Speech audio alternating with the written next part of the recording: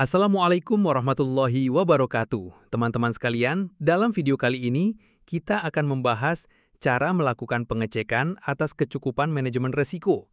Ayo, kita langsung saja ke pembahasan berikut ini. Setiap kali melaksanakan tugas profesinya, auditor internal harus melakukan penilaian atas kecukupan manajemen resiko. Bagaimana caranya? Mudah saja, cek saja apakah proses penilaian resiko atau risk assessment yang sudah dilakukan sudah mempertimbangkan penggunaan berbagai metode atau pendekatan.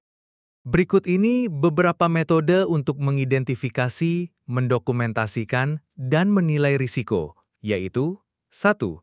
Specific Risk Approach 2. Risk by Process Approach 3. Risk Factor Approach.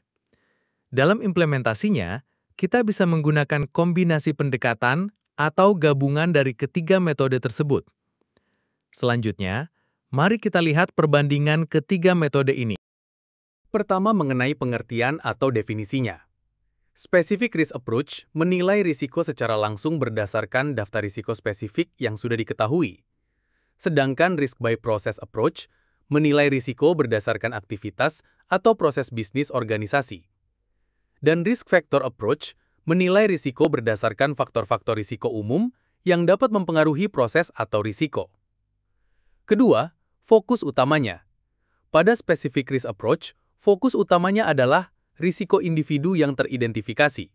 Sedangkan pada Risk by Process Approach, fokus utamanya pada proses bisnis atau operasional utama. Dan pada Risk Factor Approach, fokus utamanya pada faktor-faktor penyebab risiko, misalnya human error, teknologi, dan regulasi. Ketiga, contoh risiko. Pada Specific Risk Approach, contoh risikonya adalah risiko fraud, risiko kehilangan data, dan risiko gagal bayar. Sedangkan pada Risk by Process Approach, risikonya contohnya adalah risiko dalam proses procurement, produksi, dan distribusi. Dan pada Risk Factor Approach, contoh risikonya adalah risiko akibat faktor manusia, teknologi, ekonomi, atau regulasi. Keempat, kelebihannya. Kelebihan Specific Risk Approach adalah mudah dipahami dan dikategorikan, cocok untuk risiko yang telah teridentifikasi jelas. Sementara itu, kelebihan Risk by Process Approach adalah menyelaraskan risiko dengan proses bisnis, mendukung manajemen berbasis proses.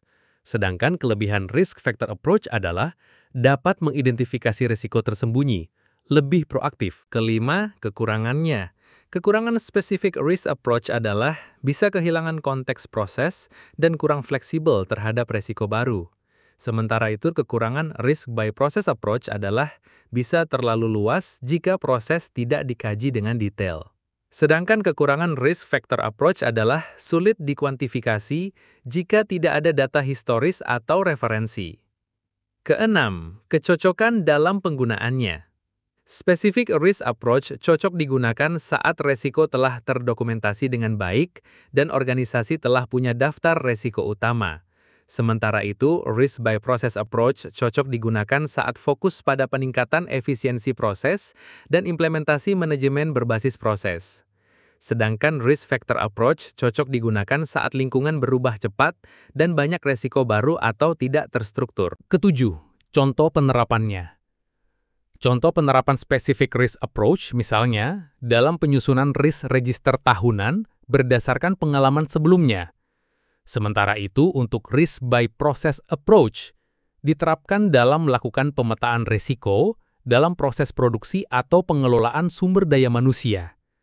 Sedangkan untuk Risk Factor Approach diterapkan dalam proses penilaian risiko melalui penggunaan indikator risiko utama untuk memantau perubahan kondisi. Demikian pembahasan kita kali ini. Terima kasih atas perhatiannya. Wassalamualaikum warahmatullahi wabarakatuh. Sampai jumpa pada pembahasan berikutnya.